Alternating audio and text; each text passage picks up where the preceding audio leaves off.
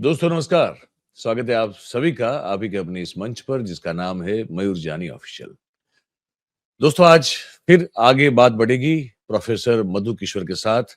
हम जो बातचीत कर रहे हैं कि किस तरह से उनकी किताब मोदी मुस्लिम्स और मीडिया को सैबोटेज किया गया और उनका सीधा आरोप है कि उनकी किताब न बिके, ना उसका कोई प्रचार या कोई प्रसार हो, ना ठीक से उसका विमोचन हो। और उस बारे में उनका सीधा आरोप ये है कि किस तरह से स्वयं उस समय के गुजरात के मुख्यमंत्री नरेंद्र मोदी साहब ने जो भूमिका निभाई, उसी का वो पूरा ब्यौरा हमको दे रही है। तो आज के एपिसोड की इस बातचीत को आगे बढ़ाते हैं। चलिए बातचीत शुरू करते हैं। राम जेठमलानी जी और सुब्रमण्यम स्वामी, ये दोनों उस समय बहुत इनकी एडवोकेसी करने के लिए अपने-अपने तबकों में घूम रहे थे, जिसको मैंने कवर भी किया है। मैं पर राम दोनों की राम बनती नहीं थी, इतनी हाँ, रत्ती भर भी नहीं बनती थी। नहीं बनती थी। ना और वहीं ना ना एक फंक्शन में मैंने इनको दो को और एक और को बुलाना चाहा, तीनों दिग्गज हैं। ना जी ना, नहीं तैयार नहीं, थे। नहीं, वो नहीं बनती No, थी। they really didn't like each other, whatever the reason. And Ram Jethmalani के साथ मेरा इसलिए भी था कि रानी जेठमलानी उनकी जो बेटी थी, वो जी, मेरी राखी बहन थी। हम एक्चुअली एक दूसरे को राखी बांधते थे। और she ji, was very fond of me, though we differed on many issues, but she was really very very fond of me. तो इसलिए राम जेठमलानी ना चाहते हुए भी मुझे he treated me like family. हालांकि राम का भी रिश्ता हर महिला से फ्लर्टेशन का ही होता है, हाँ। पर बट ही मेरे वाज़ से वेरी क्लियर अबाउट इट। वो ढोंग नहीं करते थे, वो दम्भ नहीं करते ढोंग थे नहीं मतलब। करते थे। No, no. In fact it's so fun, it's so charming in a way. Yeah I remember बड़े बड़े फंक्शन पे सुप्रीम कोर्ट के जजेस बैठे हुए हैं, उनके घर में पार्टी हो रही है, and if I am passing by तो he would ask me to come join on the table and say, you know what, I tried my best to flirt with her, and she says, "No, you need to be spanked and you need a mommy." तो ये मेरे को spanking वाली mommy है. And, you know, everybody would look embarrassed, and but he would but he say was it like in that. front of, हाँ, कि ये मुझे फ्लर्ट भी नहीं करने देती, and which is true. I used to tell him, "You've had enough girlfriends, and now what you need is a mommy to discipline you, and I'm going to spank you if you misbehave. So stay online." And he accepted it gracefully, you know. तो उन्होंने ऐसा नहीं कि कभी हाथ पांव चलाए हों मेरे ऊपर। तो रानी जेठमलानी की वजह से, so I was in a way, you know, like a family member, because she really जी, treat, and I was there often. तो उन्होंने सारा किया। अब राम के साथ जो इन्होंने ट्रीटमेंट किया, तो देखिए ना, मैं सब देखे जा रही हूँ। राम ने सोचा था कि और कुछ नहीं है, गुडविल तो होगी, इन्होंने केस भी लड़े थे, इसको बचाया भी था, महेश ने भी। और महेश को भी जेटली के चलते वो फटकने नहीं देता था मोदी जी के पास, उसको कोई पोस्ट मिल जाए, उसको कुछ हो जाए, they were very frustrated. Ram Jethmalani actually wrote him letter after letter saying, मैं तो अपने, you know, I am in the departure lounge of my life. तो एक दिन आके, नरेंद्र भाई, let's have coffee together, let's spend 15 minutes together, I'm not going to live long. ऐसे ऐसे उन्होंने मार्मिक खत लिखे। Modi never answered. I again, वो ये आबेल मुझे मार, I picked up the phone, Narendra भाई ये मत कीजिए प्लीज, वो बहुत दुखी हैं, आप मिल हुँ, लीजिए, क्या जाएगा आपका, उनके साथ बैठ हुँ, के कॉफी पी लेंगे। तो आप कुछ मत दीजिए उन्हें, पर ये तो कर लीजिए ना, don't humiliate him like that. हुँ, बट नेवर मेट हिम। फिर बाद में महेश ने एक बार इनको मिलवाया बड़ी मुश्किल से, but Ram Jethmalani, after this snub, he never recovered his humiliation.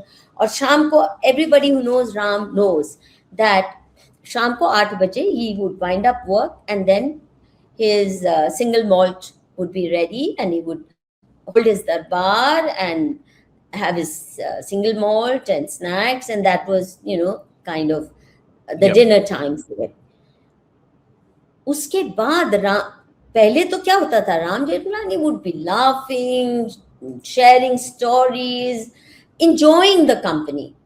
उसके बाद जब मोदी ने इन्हें ह्यूमिलिएट किया, तो माँ बहन की जितनी गंदी गालियां हो सकती हैं, 2 पैग पीने के बाद तो Ram Jethmalani was out of control. इतनी गालियां देते थे। I tried to tell him कि छोड़ो छोड़ो। अच्छा ये बताओ, जब मैं ये सब देख रही हूँ तो पीछे हटना, फिर इनकी कहानियां, किस्से कहानियां, जो अय्याशी की कहानियां भी सुन रही हूँ, फिर ये जो ट्रीटमेंट कर रहे हैं, कौन चाहेगा आत्मसम्मान वाला व्यक्ति इसकी छाया भी उसके ऊपर पड़े। ये बहुत सब मैंने आप कोशिश। माफ कीजिए, मैं एक दर्शकों के लिए एक सवाल और मेरे लिए भी एक सवाल। आप ये जब कह रही हैं, ये जब राम जेठमलानी जी की भी बात आप कर रही हैं, तो ये भी उनके प्रधानमंत्री और बनने से पहले और आपकी किताब छपने से पहले आपने राम जेठमलानी नहीं, को इस, ये बात वो तो की बात की बात है, बात है, वो बात की बात है ना, पीएम बनने के बाद गालियां वो दे बात रहे की बात है, हैं। बात राम जेठमलानी ने अपने घर में मेरी किताब रिलीज करवाई जबकि कोई जी तैयार नहीं था। नहीं था वो राम जी। जेठमलानी जिसने इनकी और भी बड़े तरह से मदद की थी, पर पर वो बहुत खफा था। वो इनसे खफा था कि इन्होंने जेटली को अमृतसर में नवजोत सिद्धू को हटा के जेटली को जो सीट दिलवाई थी अमृतसर वहां हार की, गए वो। हारना ही था। और Ram Jethmalani was so angry, he want Modi, ये मत करो, ये नहीं जीत पाएगा, ये मोहल्ला इलेक्शन नहीं जीत सकता, आप कर क्या रहे हो। और Navjot Singh Sidhu is a very strong respect वर्दी कैंडिडेट।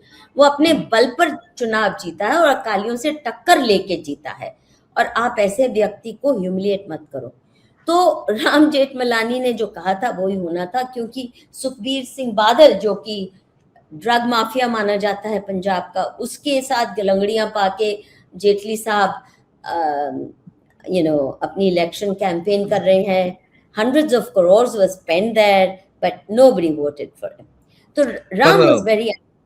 मधु जी, क्योंकि ये बात निकली है, तो आई थिंक अगर आप थोड़ा इंसाइट दे पाए, as you were very much aware of what was happening in the mind of Ram Jethmalani, one of the finest intellectuals we had, मैं ये मानता हूं कि बहुत but like a child, he was also a child in many no no, matters. But that is understood, but वो क्या चीज थी, आपने मतलब कभी आपसे कभी शेयर किया, या आपने कभी जाना, या बातचीत में कभी ये निकला ये बाहर कभी, वो क्या चीज थी जिसने राम जेठमलानी जैसे अत्यंत बुद्धिमान व्यक्ति को, और इतना रैशनल, इतना लॉजिकल आदमी, वो मोदी के प्रचार प्रसार के लिए, उनको प्रधानमंत्री बनाने के लिए जो है वो उनके उस तरह के वकील बन गए।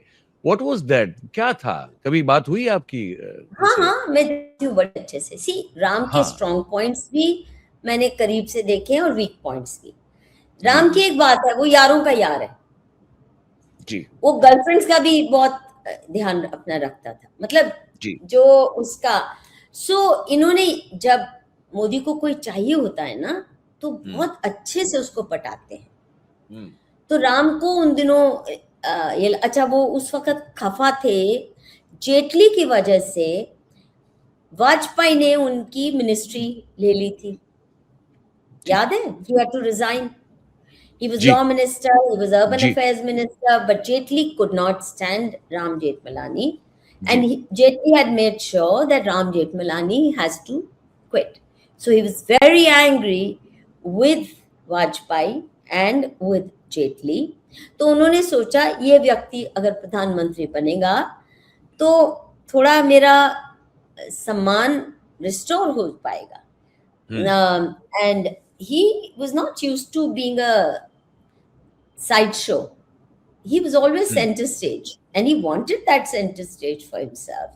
And in many ways, I mean, he deserved it. His legal acumen, जिस किस्म के उन्होंने किए, but ना भोले भी बड़े थे, यार भी बड़े थे। तो जिसके साथ लग लिए ना। तो पर जब वो किसी ने उनको ह्यूमिलिएट किया, then he knew how to get back. तो अब प्रधानमंत्री जब ये बन गए, तो उसके बाद आपको याद होगा बिहार की इलेक्शन आनी थी। Ram Jethmalani went personally to campaign in Bihar to say इसने हमें ठगा है, मैं बिहार के लोगों को कहने आया हूं, इससे कृपया मत ठगिए, इस जैसे नीच आदमी कोई नहीं। He blasted Modi publicly on all platforms that were available to him, especially during Bihar elections and maybe even later. और फिर जब पंजाब में इलेक्शन होनी थी तो राम का तो अकालियों के साथ भी बड़ा अच्छा रिश्ता था. He is likely to have played a very big role in ensuring Bhajpa lost to आम आदमी पार्टी.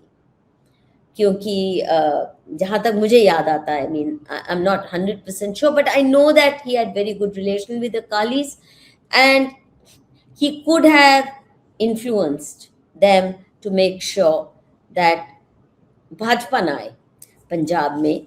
और विशेषकर जब जेटली जी कंट्रोल में थे, चार्ज जी, में तो थे पंजाब के भी, तब भी.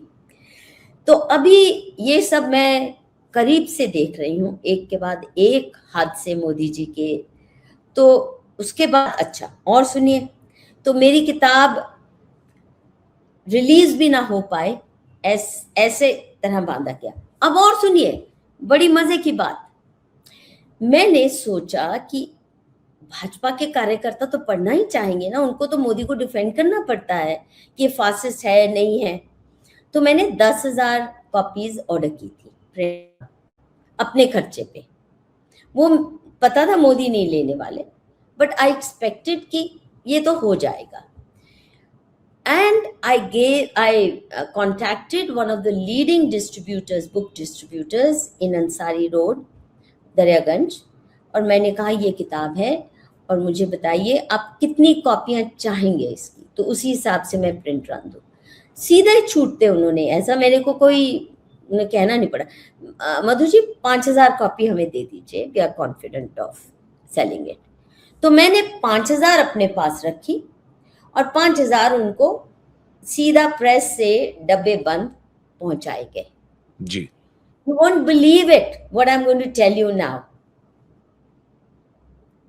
मैं देखूं कहीं भी किसी एयरपोर्ट पे नहीं, कहीं मुझे दिख नहीं रही, तो मैं उन्हें फोन करके कह रही हूँ कि सब लोग कह रहे हैं आपकी किताब बिक, नहीं, we are trying our best, we are trying our best, ऐसे करते रहे.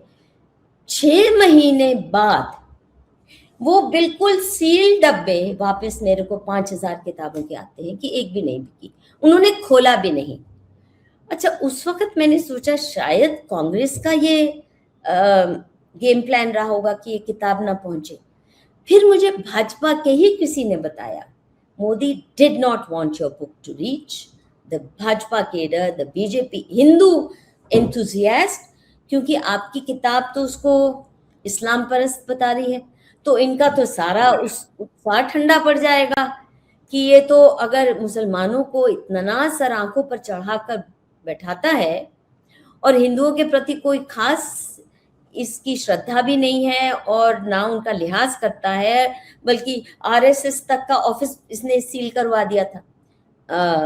फिर प्रवीण तोगाड़िया के साथ जो व्यवहार कराया, और प्रवीण तोगाड़िया के साथ तो जफर सिरेशवाला ने मेरी किताब में पहली बार ये सारी बातें बोली थी. फिर सारे टीवी चैनल्स पर जाके शेखियां बघारता रहा कि प्रवीण तोगाड़िया को घुसने नहीं देता था मोदी, कि तुम्हारी टांगे तोड़वा दूंगा, ये वो जो भी. तो ऑब्वियसली मोदी डिडंट वांट कि ये बातें, उसकी इस्लाम परस्ती के किस्से और प्रवीण तोगाड़िया या अन्य जितने भी हिंदू संगठन थे उनके साथ क्या किया, या कैसे गोलियों से मरवाया हिंदुओं को, या कितने 50,000 हिंदुओं को जेल में ठूसा, क्योंकि कांग्रेस ने कभी ये नहीं किया था. जहां तक मुझे दंगों का अनुभव है, कांग्रेस रिटेलिएशन खुल के हिंदुओं को करने देती थी. I have studied many rights personally और कहीं पब्लिश भी है मेरी रिपोर्ट्स, मच सेलिब्रेटेड. यहाँ तो इसने उल्टा किया था. that's what I know of it. So he obviously didn't want this book to reach any Hindu who had seen in him Hindu हृदय सम्राट. और किसी को ये नहीं मालूम था कि गुजरात के हिंदू भी इससे दहशत में हैं. अब मुझे पता चल रहा है ना, कितने हिंदू आके जो मुझे बता रहे हैं. कोई तो बोला, Madhu ji thank you, somebody the other day told me you brought me to life again. मैं मरा हुआ महसूस कर रहा था, इतनी मेरे में घुटन थी, because I have known him personally. इसने जो दुष्कर्म किए, तो ऐसी बातें अगर आरएसएस के या पुराने मोदी के घनिष्ठ रिश्ते रखने वाले मुझे बोल रहे हैं, जो इसको करीब से देखे हैं, that you brought us to life again. You know, हम तो मरा हुआ खुद को महसूस कर रहे हैं। तो आप सोच सकते हैं कि क्या इसका असर रहा होगा, जो मुझे तो पता नहीं था। मैं तो मुसलमानों की खोज खबर लेने गई थी, वो बेचारे कितने दुखी। अब किताब आती है, एक और रिलीज फंक्शन की कहानी बताते हैं। अहमदाबाद में भी किसी और संस्था ने की थी। विजय रूपाणी जी किसी समय मेरे पास आए थे जब मैं ये सारा मोदी नामा सीरीज चल रहा था, तो उस वक्त आए थे कुछ पेपर्स देने कि ये भी देख लीजिए, आपके काम आएंगे। And they were very useful papers, no doubt, but in favour of Modi, nothing that was unfavorable to him. So I did use them because they were very useful and they were authentic papers. Anyway, अभी क्या होता है, किस बारे में थे वो, can you, आपको याद है अभी? विजय रूपाणी ने जो आपको डॉक्यूमेंट्स दिए थे, उन्होंने ला के दी थी गुजरात के न्यूज़पेपर्स की रिपोर्ट्स, राजकोट इलेक्शन को कवर करते हुए, जो मोदी की पहली इलेक्शन थी 2001 की। मैं थोड़ा जोड़ दूं आपको इसमें with your topic on it goes with Narendra भाई की गुजरात में प्रो मुस्लिम छवि बनाने का अगर कोई किसी ने सबसे बड़ा काम शुरुआत के ही दौर से किया हो तो वो विजय रूपाणी साहब थे। विजय रूपाणी साहब की एक खासियत रही, और जो मुस्लिम मतलब जो लघुमती मोर्चा भी चलता रहा, वो जनरली रूपाणी साहब के द्वारा कोई ना कोई चुना हुआ ऐसा मुसलमान उसका अध्यक्ष बनता रहा। और कादर, मुझे याद है कादर भाई, पूरा नाम भूल गया मैं। हाँ, बिल्कुल मैं जानती हूँ उनको, मैंने खूब कोट किया। हाँ, कादर भाई, पूरा नाम भूल गया मैं। वो उनका अगर आप प्रोफेशनल बैकग्राउंड देखेंगे, आपने देखा है कभी उनका प्रोफेशनल बैकग्राउंड क्या था? तो शायद आप नहीं देख पाई होंगी। ठीक है, नहीं कोई नहीं देख पाया था, लेकिन क्योंकि विजय भाई इस तरह से पेश करते थे, जब बाहर से लोग आते थे तो लगता था कि ये सब मुसलमान जो हैं वो नरेंद्र भाई के इतने बड़े प्रशंसक हैं। पर मैं मिली नहीं थी रूपाणी से उससे बात पहले। भी करवाएंगे, हाँ, मतलब बात भी करेंगे आप, तो उस तरह से पेश किया जाएगा। कादर भाई का अपना एक अलग अब चलिए वो नहीं रहे हैं, उसके बारे में क्या बात करें, ना विजय भाई रहे हैं, पर वो मैं समझ पा रहा हूँ कि और मैंने देखा था और मैंने इसको रिपोर्ट भी किया था कि ये जो छवि इनकी बाहर बनाने में, और बाहर से अगर कोई भी आता है या तो कोई अप्रोच करता है या वो अप्रोच करते हैं, तो विजय भाई का बहुत बड़ा एक उसमें रोल था। पर मेरे ऑफिस में जब CSDS में विजय भाई आए मिलने, कुछ बोले नहीं, केवल कागज की, मुझे लगता है आपके, he said nothing at all, but they were Gujarati newspaper reports, उन्होंने अपनी तरफ से एक शब्द नहीं बोला। सो कंटेम्प्रेरी न्यूज़पेपर रिपोर्ट्स कोई आपको ला के दे रहा है तरह तरह, वो भी मैंने हिंदी में ट्रांसलेट करवाए, फिर गुजराती में खुद ट्रांसलेट किए, वो मैंने छापे भी हैं। Modi's election, Rajkot election as given by, as reported by Gujarati newspapers and others। अच्छा, अब आते हैं विजय रूपाणी जी की कहानी भी। So he asked me to come and release the book also in Rajkot.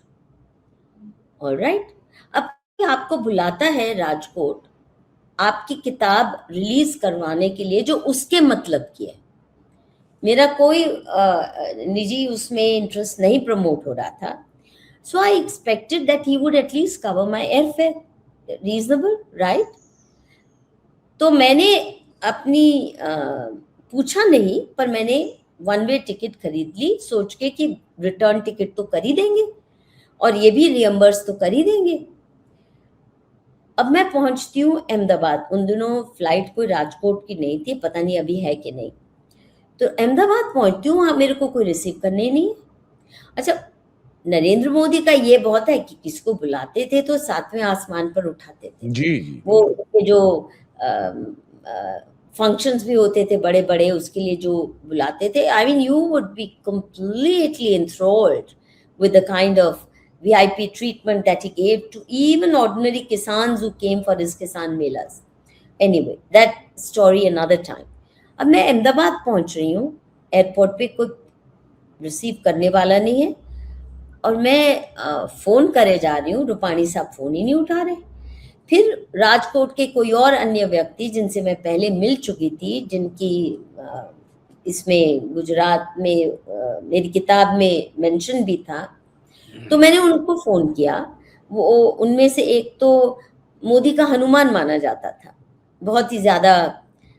मेरे फ़ोन में भी होगा तो मोदीज़ हनुमान करके उसका नंबर होगा, खैर मुझे नाम नहीं याद आ रहा। तो मैंने उन्हें कहा कि कोई मेरे को रिसीव ही नहीं करने आया।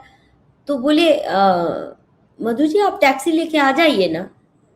मैंने कहा क्या आप रिएम्बर्स करेंगे? I was not carrying that much money cash में कि मैं टैक्सी का fair, and it cost a few thousand rupees हाँ अहमदाबाद से राजकोट जाने का। इतनी बदतमीजी मैंने कभी नहीं देखी थी, पर आरएसएस वाले ये करते हैं। चलिए, वो भी कहानियां किसी दिन बताऊंगी, आरएसएस की मीटिंग्स के तमाशे कैसे होते हैं। तो मैंने कहा कि ये आपको रिएम्बर्स करना पड़ेगा, ये अच्छी बात नहीं है, और रूपाणी साहब को करना चाहिए था organise.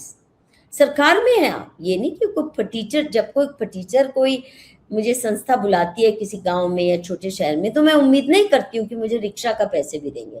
But if you, being in the government, are inviting me for release of a book that you need for your propaganda, then you better और ये 2014 मतलब अभी पीएम नहीं बने थे मोदी, तो मैं टैक्सी लेके पहुंचती हूँ, कोई खोज खबर नहीं, रूपाणी साहब का कोई पता नहीं, अगले दिन फंक्शन है, पर वो मुझे मिलने भी नहीं आए उस दौरान।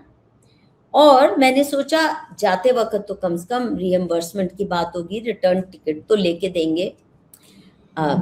इससे भी भद्दा एक्सपीरियंस मेरा नीतीश कुमार की गवर्नमेंट के साथ है, वो फिर कभी बताऊंगी। You know, I compared it in my mind कि मोदी कैसे हैंडल करता है अपने गेस्ट को, और नीतीश कुमार की गवर्नमेंट कितनी उज्जट है, मतलब he is really third rate. Anyway, I reach there उस फंक्शन में, तो रूपाणी साहब is not one bit interested in what I have to say, but function है, मुझे बोलने के लिए बुलाया गया।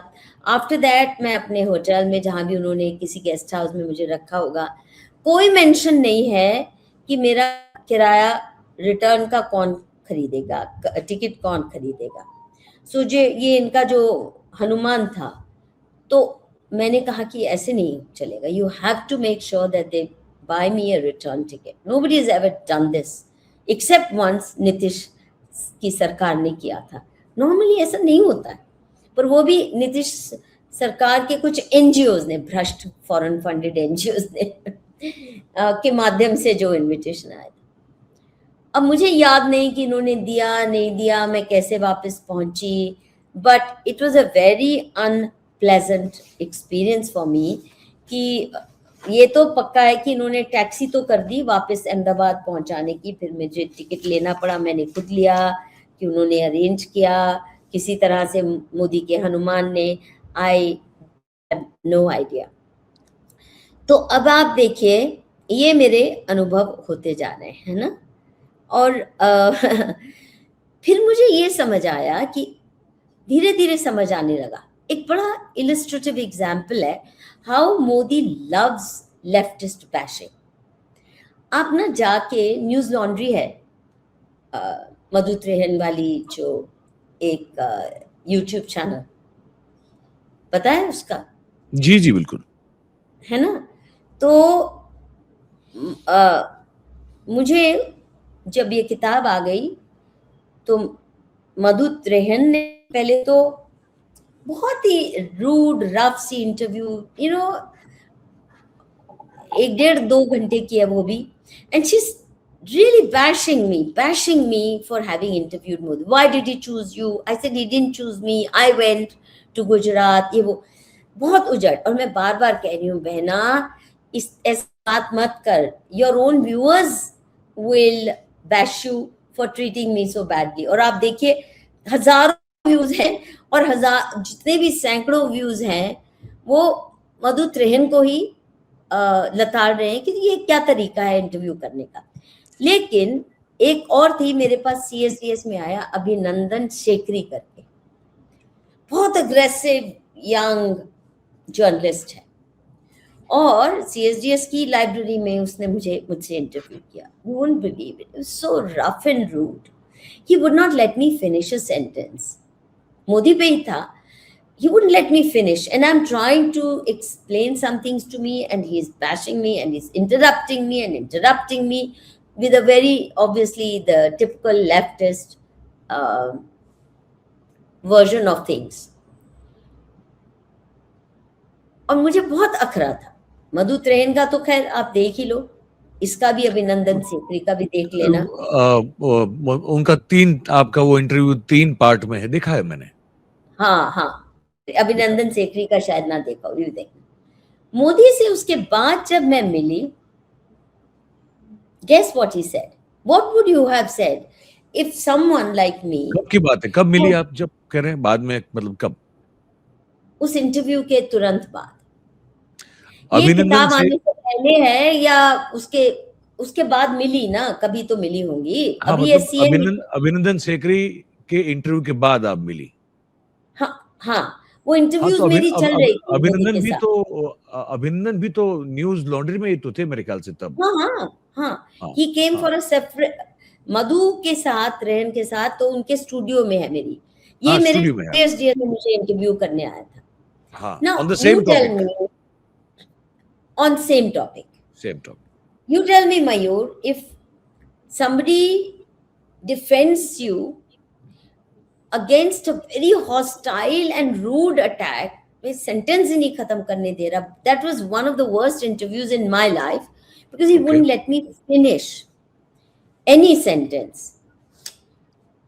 What would you say to a person who faced this barrage from a hostile journalist? उसको क्या कहोगे, क्या बोलोगे अगर आप? हाँ, अगर आपने अगर ये मेरे लिए किया होता तो भाई I would have been very sympathetic to you, और मैं कहता कि भाई ये तो, और मैं थैंक यू भी करता, आपका आभार भी व्यक्त करता कि आपने मेरे लिए भाई बहुत कुछ जो है इस तरह का बैशिंग और थ्रेशिंग सहन किया. बदतमीजी नहीं करनी चाहिए. अगर मेरे लिए होता तो मैं तो कहता, आप इतना तो कहते कि ग्रेटफुल तो होता ही मैं, बिल्कुल. ये तो कहते कि इतनी बदतमीजी से बात उसे नहीं करने देनी चाहिए थी, आपको बोलने ही नहीं दे रहा था, इतना तो कह देते.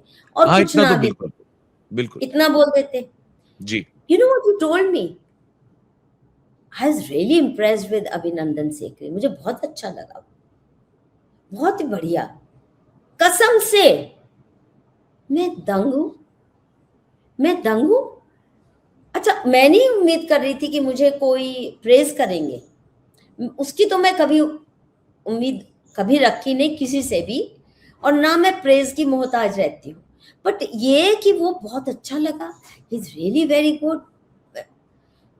तो ये बात मेरे जहन में रह गई, और धीरे धीरे आपने कहा नहीं कि नरेंद्र भाई मैं तो अपना काम कर रही हूँ, लेकिन उसमें भला आप ही का हो रहा है, लेकिन आप इंस्टेड ऑफ नहीं, मेरे भला नहीं. You don't get it.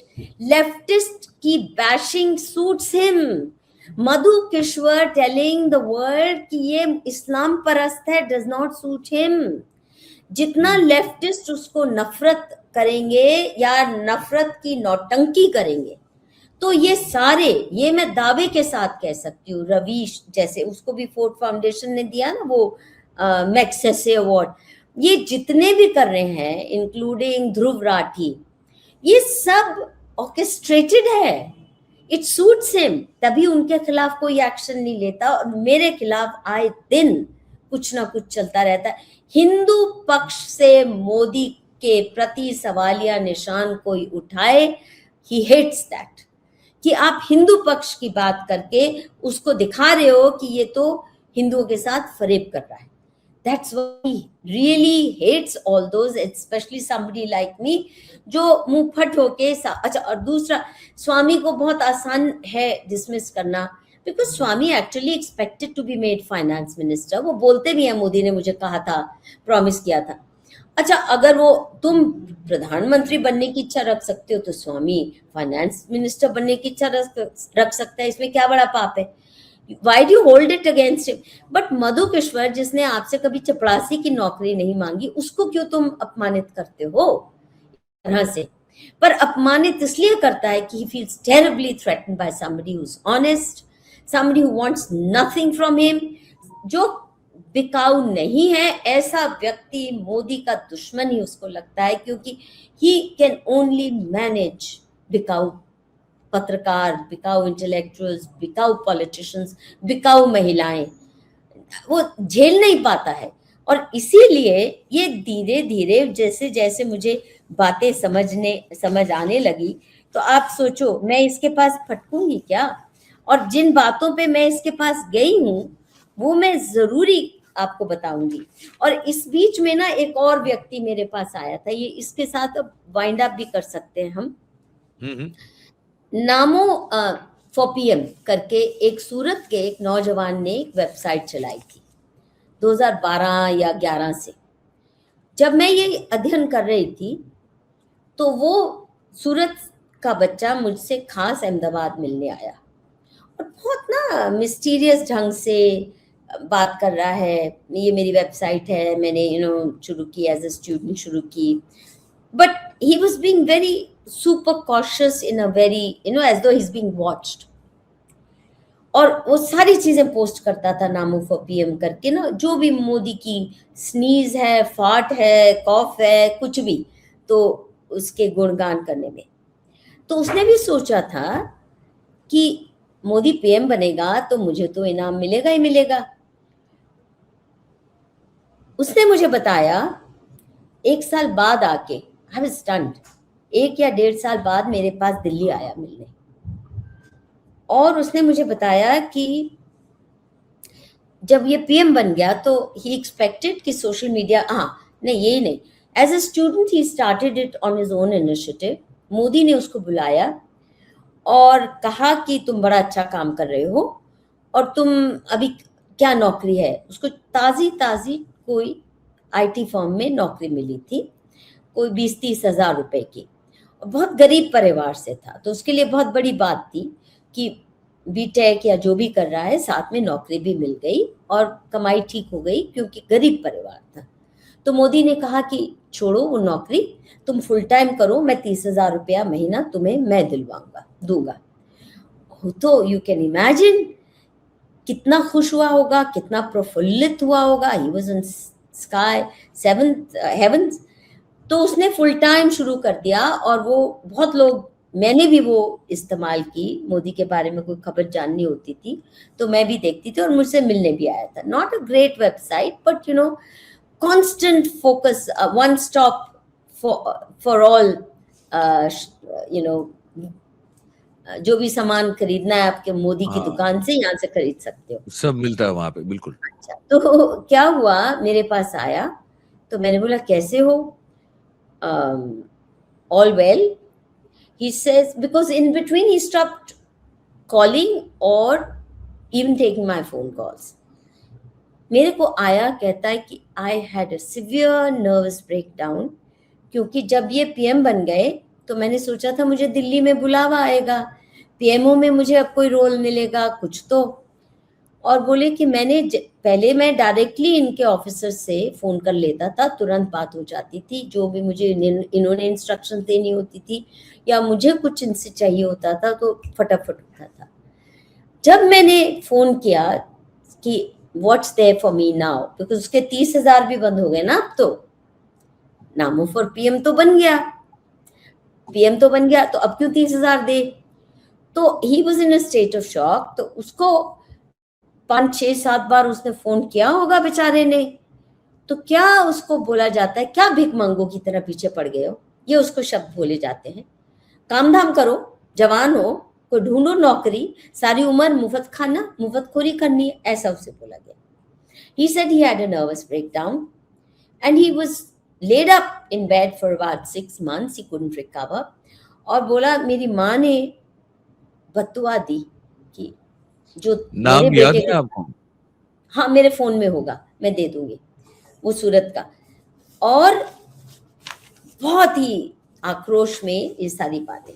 अच्छा, 2-3 साल पहले मैंने उसको फोन किया ये पता करने के लिए अब कहाँ है, क्योंकि मैं जब सूरत गई थी उसके बीच में भी एक बार तो मैंने उसको कांटेक्ट करने की कोशिश की थी, but he was not available, तो मैंने कुछ और पूछना था, तो मैंने उसको फोन किया, तब भी उठाया नहीं। पर खुद ही जब मैंने इनिशिएटिव लेके खोज खबर के लिए, ठीक है, तो उसको आईटी सेल में छोटी यहाँ मिली गई थी।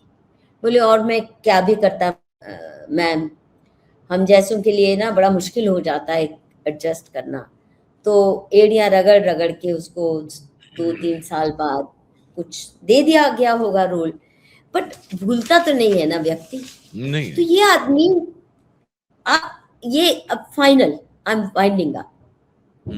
ये सब करने के बाद आप सोचो, मैं थैंक यू भी नहीं उम्मीद कर रही तुमसे, तुम्हारे पास आ भी नहीं हूँ कुछ मांगने। यहाँ तक कि आरएसएस के, मुझे एकदम याद आ रहा है, सुनील अंबेकर ने मुझसे पूछा था, वो एबीवीपी के इंचार्ज थे और एजुकेशन में उनका हस्तक्षेप रहता था, तो उन्होंने फोन करके मुझे पूछवाया कि यूजीसी की आपको फेलोशिप दिलवा दे, ले लेंगे आप? मैंने साफ मना कर दिया। क्यों? क्योंकि ये ना लगे कि प्रो को हो रहा है। शुक्र है ईश्वर ने मुझे ये उस वक्त अक्ल दे दिया। आई वाज रिटायर्ड, तो रिटायरमेंट के बाद लिखना पढ़ना है, अगर आपको फेलोशिप मिल जाती है तो ठीक ही होता है, आई डिजर्व इट। ऐसा नहीं ना कि मैं कोई नालायक हूं तो मुझे कोई, फिर भी मैंने कहा आरएसएस की ओर से ये ऑफर आई है। मुझे जो पहले आईसीएसआर की नेशनल प्रोफेसरशिप मिली, मैंने मांगी नहीं थी, मुझे ऑफर हुई। मुझे उन्होंने खुद ही भेजा कि लाइफ टाइम अचीवमेंट वाली ये होती है, तो आपको ये दी जा रही है। But this was an RSS person, Sunil Ambekar ji, offering me, and I said no, I don't want. शुक्र है, नहीं तो वो लेके ना उन्होंने मेरे कपड़े उतारे होते और परेड किया होता। और आप बताएं, आपको मैं कितनी 2014 से ही आपको ट्वीट्स दूंगी इनके, कितना अपमानित करवाना इस आदमी ने मुझे शुरू कर दिया, क्योंकि मैं बिकाऊ नहीं हूं। इसको बिकाऊ औरतें, बिकाऊ पत्रकार, बिकाऊ इंटेलेक्चुअल्स, बिकाऊ ही सब पसंद हैं, और लेफ्टिस्ट हैं तो और भी अच्छे हैं। ये उनको सपोर्ट भी करता होगा बैकडोर से, क्योंकि उनके ऊपर कोई एक्शन नहीं होता। ध्रुव राठी के ऊपर कभी एक्शन नहीं होगा, because he it suits Modi to be attacked by leftists. It suits Modi to be attacked by Muslims. ये पैसे दे दे के अपने ऊपर से गालियां दिलवाता होगा, और बहुत अच्छी इनकी जुगलबंदी चल रही है। पर हिंदू पक्ष की कोई बात करे और वो बिकाऊ न हो, तो मुझे गौरक्षकों की तरह गुंडा मवाली तो नहीं कह पाए, पर रंडी कुत्ती से शुरू करके क्या क्या इन्होंने शुरू नहीं पहले दिन से करवाया। और वो अमित मालविया, जो मुझे जब तक इसको ये आईटी सेल का इंचार्ज नहीं बनाया था, मेरे फोन कॉल रिकॉर्ड से पता कर सकते हैं आप, लंबी लंबी फोन करता था, लंबी लंबी। अहमदाबाद सॉरी बैंगलोर में इसने मेरा अच्छा फंक्शन कराया था मोदी मुस्लिम्स मीडिया के रिलीज के लिए। उसके बाद आता था तो जरूर मिलता था, फोन पे बड़ी बातें करता था। लेकिन एक ही बात पर, आप मोदी से मिलती क्यों नहीं है? आप अमित शाह से मिल तो लो। मैं क्या करूं, मेरा कोई काम नहीं है। नहीं मिलना तो चाहिए। फिर धीरे धीरे आप मिलेंगी तो मेरे लिए प्लीज सिफारिश कर दो ना आईटी सेल का। इसने मेरे कान पक गए इसकी रिक्वेस्ट से कि मैं सिफारिश करूं इसको आईटी सेल की। और मैं हाथ जोड़ के यही कहती थी, भाई मैं कभी अपनी सिफारिश के लिए कभी किसी के पास नहीं गई, किसी के लिए इस तरह की पोस्ट के लिए कभी गई नहीं। मैं क्यों तुम्हारी सिफारिश करूं? मतलब तुम मेरे लगते क्या हो, दूसरा कोई लगता हो तो फिर बिल्कुल ही नहीं करनी। और यहाँ तक कि मेरे पास आईएएस ऑफिसर्स आ रहे हैं, हमें ये दिलवा दो, retired IAS officer, retired IFS officers, farmer ambassadors, एकाएक उनको मेरे ऊपर प्यार आ रहा है, जो मुझे पहले नहीं जानते थे। कुछ तो मेरे अच्छे मित्र थे, जो मेरे अच्छे मित्र थे उनमें से तो बिरला ही कोई होगा कि एक आधी कोई जिसने कहा हो कि ये करवा दो हमारा, but by and large it was people who started coming to me who wanted favours. RSS के लोग आ रहे हैं जो सोच रहे हैं कि ये किताब के छपने से पहले या किताब के छपने के बाद? बाद। और मैं सबको हाथ जोड़ के कहती थी, मैं किसी की सिफारिश नहीं करती, कभी अपने लिए मांगने नहीं गई, तो किसी के लिए मांगने का तो कोई सवाल ही नहीं उठता। सो कृपया करके, I am not a fixer, I am not a दलाल।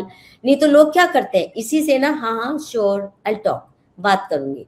वो आदमी लटकता रहता है 1.5-2 साल, फिर कोई और आ जाता है जिसको लटकाते रहो। In the meantime wining टाइनिंग खूब होती है आपकी, है ना। बड़े बड़े आईएएस ऑफिसर्स आपकी वाइनिंग डाइनिंग कर रहे हैं, फलां आपके जी हजूरी कर रहे हैं।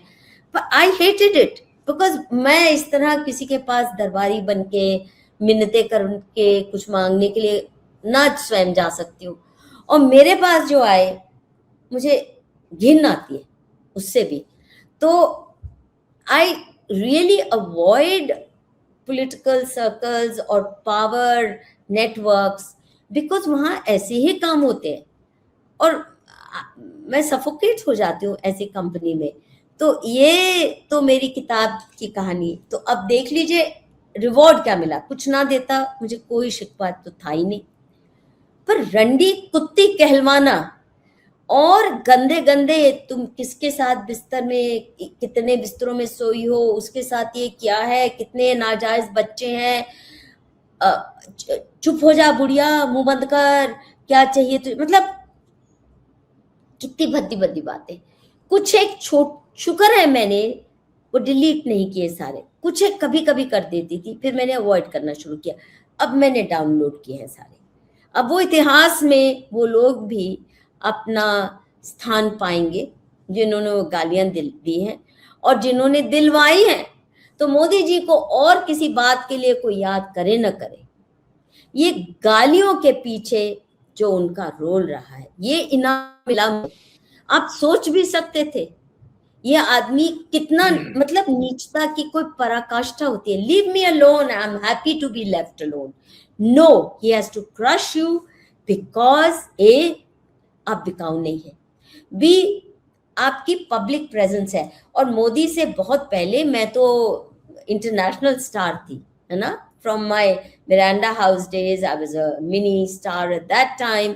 उसके बाद मानुषी के आने से I was a globally acknowledge.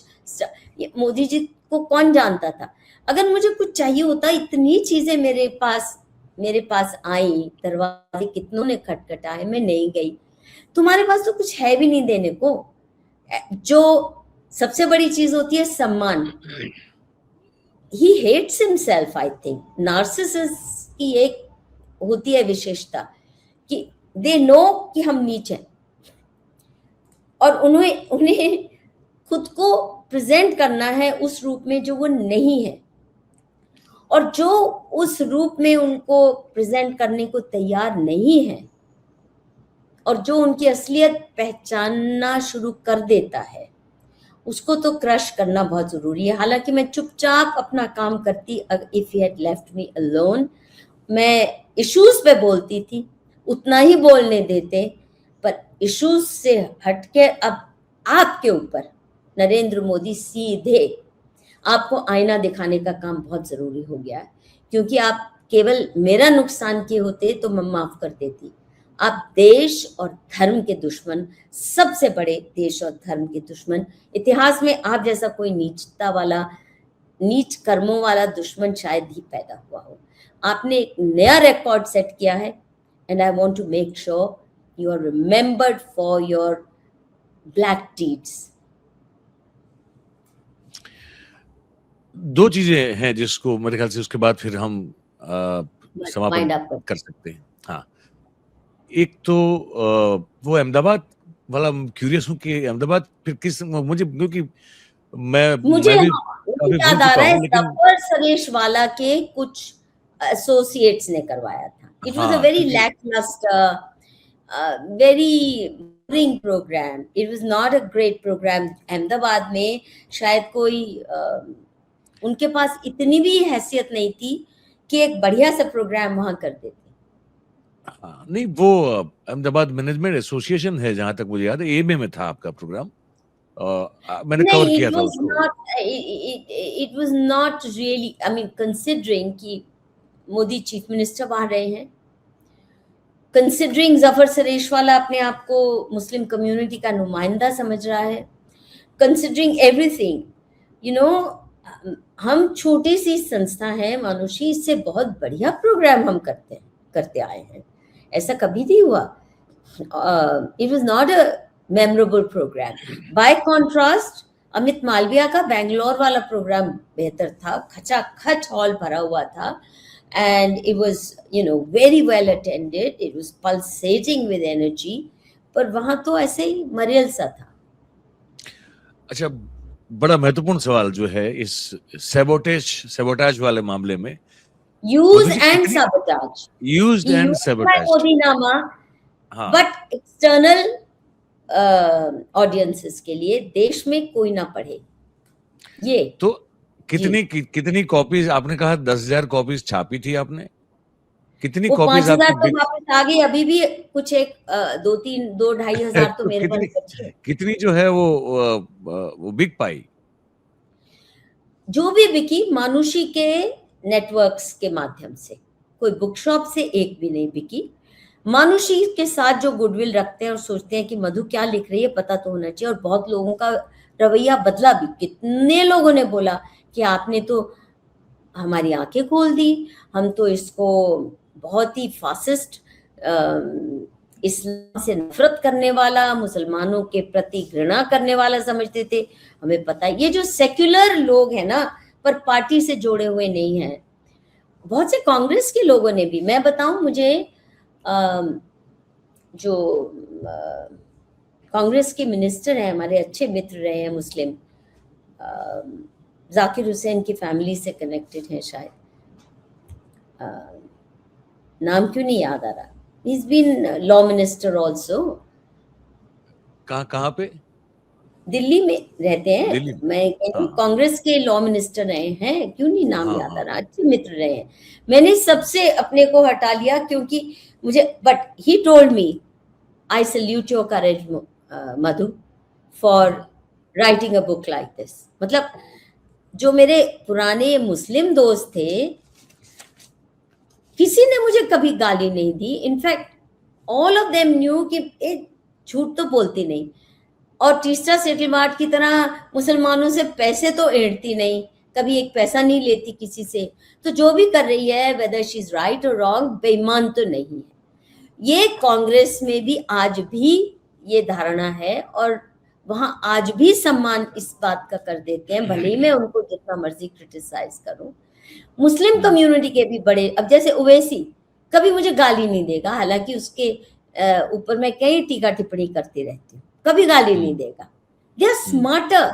इनके जो सपोर्टर्स हैं बहुत टुच्चे हैं, सड़क छाप है, इनको पता ही नहीं कौन क्या है. किसी की खंगाल करने की शक्ति भी नहीं. उसका पास्ट हम खंगाल तो लें, थोड़ा 2 पैसे की उसके बारे में जानकारी तो हासिल कर ले, वो है ही नहीं ना संगियों में. तो जो भी इनके सड़क छाप सपोर्टर्स हैं, इनको मुबारक. मोदी जी, आपकी गालियां गलौज मेरे पे तो क्या लगनी है, आप ही को ले डूबेंगे. क्योंकि खैर आज बहुत, तो हमने बहुत बैठ के जो है विस्तार से बड़ी बातें की और लंबी बातें हुई है, तो मैं समझ रहा हूँ कि अब इसका समापन करना चाहिए. लेकिन कभी एक बार हम जब मिलेंगे, क्योंकि आपसे बहुत सारी और भी बातें करनी है. तो ये तो आज हुआ कि एक पूरी एक कथानक है कि किस तरह से आप जब लिख भी रही थी, और लिखने के बाद जब किताब छपी, उससे पहले और छपने के बाद, आपकी किताब जो 10,000 कॉपियां छपवाई थी, वो आप कह रही हैं कि अभी आज भी भी बची हुई है मेरे अभी भी हमारे बची स्टोर हुई में. है. हाँ, और अभी तो बाकी डिस्काउंट पे दे रहे हैं. 400 की प्राइस थी, अब 250 रुपए या कुछ बेच रहे हैं. अब शुरू हो गई है अब बिकनी. लोग अच्छा, वाकई देखना चाहते हैं कि अब हाँ, ऑर्डर आने शुरू हुए हैं बहुत देर बाद. And you know, I had no interest in even promoting it. इतना इस आदमी से मन मैला हुआ था, और क्या बोलूं, इसने, मेरा तो क्या, देखिए, मुझे कोई उम्मीद नहीं थी, इसलिए मुझे कोई दुख नहीं है उस किस्म का. पर गालियां मैं माफ नहीं कर सकती. आपने जो चीर हरण किया, दुर्योधन से भी बदतर, क्योंकि आपने लाखों वल्चर्स मेरे ऊपर लगा दिए मुझे बोटी-बोटी नोचने के लिए। और इतिहास में, क्योंकि सोशल मीडिया में और मेनस्ट्रीम मीडिया में एक बार चीज़ें जो छप जाती हैं, they leave a track. I want to make sure that my counter version is available to people. इसलिए मैं बिल्कुल संकोच किए बिना निडरता से अपनी बात कह रही हूँ, क्योंकि ये रिकॉर्ड जाना चाहिए कि इसने कितना बड़ा विश्वासघात किया है। केवल मेरे साथ नहीं, मेरे साथ क्या होता, मैं चुपचाप बैठी थी, पर देश के साथ, धर्म के साथ, हिंदू धर्म का इससे बड़ा दुश्मन कोई नहीं है। और ये वो व्यक्ति है, शुक्र है इस इसके क्या बोले, ये तो बीवी बच्चों को बेच खाए, देश धर्म को तो खा रहा है बेच के, पक्की बात है। ये जो कुर्सी पर बैठा है, देश और धर्म को बेच के बैठा है। ये कुर्सी इसको मिली नहीं थी, ये केवल ग्लोबलिस्ट माफिया की चाकरी की वजह से ये इसको नौकरी मिली है, ये कुर्सी मिली है। और बहुत जल्दी ये कुर्सी शायद इसके नीचे से खिसका ली जाए, और उस दिन बहुत भाजपा के लोग लड्डू बांट रहे होंगे, और मैं भी। चलिए अब वाइंड अप करते हैं। चलिए, आज इस मैराथन एपिसोड का शूटिंग ये हमारे ख्याल से 3 एपिसोड में जाएगा ये, ताकि लोग जो हैं इसको आई थिंक ठीक से देख सके और टाइम भी जो है उनका ठीक से डिस्ट्रीब्यूट हो सके। तो बहुत बहुत धन्यवाद आप सभी का। तो करेंगे पहले मधु जी का कर ले, क्योंकि 2 घंटे के ऊपर का हमारा ये रिकॉर्डिंग है। आप तो देखेंगे एक सेंटेंस और एक एपिसोड में। सेंटेंस ले लो। अमित मालविया को जैसे ही आईटी सेल का इंचार्ज मिला, उसके बाद उसने फोन मुझे करना बंद कर दिया। उससे पहले जान खाता था मेरी, ये दिलवा दो, वो दिलवा दो, प्लीज कह दो, इससे मिल लो। मैंने मना तो करना ही था, सबको किया मना, इसको ही नहीं। पर उसके बाकी कम से कम अगर मेरे मित्र थे तो मित्र तो रहे, ये आदमी तो दुश्मन बन गया। और इसी ने कार्यान्वित किया ना ये सारा ट्रोलिंग, वल्गर अब्यूजेस। तो अमित मालविया जी, I have survived you. Let's see if you survive your दुष्कर्म। देखते हैं आपकी क्या हालत। अरे नहीं, ये पोर्नोग्राफी पेडल करने वापस लग जाएगा ना। तो आप सोचिए, जिस नेता का media manager, main media manager professional porn peddler है, वो नेता कैसा रहा होगा, उस नेता के क्या टेस्ट रहे होंगे, उसकी क्या क्या कमजोरियां रही होंगी, और उसको हटाया नहीं जा रहा अगर, तो जाहिर है कि अमित मालविया जी ने शायद इनको बहुत ओब्लाइज किया अपने जो ओरिजिनल प्रोफेशन के माध्यम से, विच इज पोर्नोग्राफी पेडलिंग। नहीं तो क्यों नहीं हटा रहे उसको, जब सारी दुनिया कह रही है उसके खिलाफ, सोशल मीडिया पे खुल के बातें आ रही हैं। अमित मालविया को न हटाना क्या ये प्रूव नहीं करता कि they are obligated to him, therefore they can't remove him anyway? चलो बस, no more। मैं दर्शकों को बता दूं कि हम मधु जी के साथ और भी जो है मुद्दे हैं उस पर रिकॉर्ड करने वाले हैं। एक फ्री फ्लो सवाल जवाब वाला मामला होगा, जो सोच को लेकर जो है, जहाँ पे मैं डिफरेंस रखता हूँ बतौर पत्रकार, और वहाँ मुझे वो मैंने नोट करके रखे हैं, क्योंकि मैंने ये इंटरव्यू फॉर्मेट था, तो अब मैंने ज्यादा उनको कहीं इंटरप्ट नहीं किया है, उनकी बात रखने दी है। जहां मैं उनसे सवाल मेरे मन में है तो वो मैंने नोट किए। एक वो वाला एपिसोड भी होगा, और उसके अलावा मेरे ख्याल से 1-2 मुद्दे और हैं जिस पर हम मधु जी से बात करेंगे। तो आप और अपनी राय दें हमको कि आप इस बारे में क्या सोचते हैं कि एक चुने हुए मुख्यमंत्री को और फिर जो प्रधानमंत्री बनता है उसको इस तरह का व्यवहार जो है वो करना उचित है। उसका आपने सब सुना है तो उस पर मैं वापस नहीं जाऊंगा, लेकिन आप हमको राय अपनी जरूर बताएं, और मधु जी जो कहा मधु जी ने उस बारे में आप क्या सोचते हैं ये भी हमको लिख के बताएं। और साथ में अगर आपको लगा कि ये लोगों तक पहुंचानी चाहिए बातचीत, तो इस वीडियो को आप शेयर करें, इसकी लिंक को, इसको लाइक करें, और इस मंच को अगर आपने अब तक सब्सक्राइब नहीं किया है तो कर लें, और अपने साथियों से भी करवा लें। और बाकी नीचे आप देख रहे हैं वो स्क्रॉल है, उसमें आर्थिक रूप से आप जिस तरह से सहायता हमको करना चाहते हैं हमको करें, हमें उसकी जरूरत है। कितना करेंगे, क्या करेंगे, कैसे करेंगे, वो आपके ऊपर है। मधु जी बहुत बहुत धन्यवाद आपका। Thank you very much. Namaste. Thank Thank you you very for much your जी। patient hearing. थैंक यू नमस्ते। Namaste.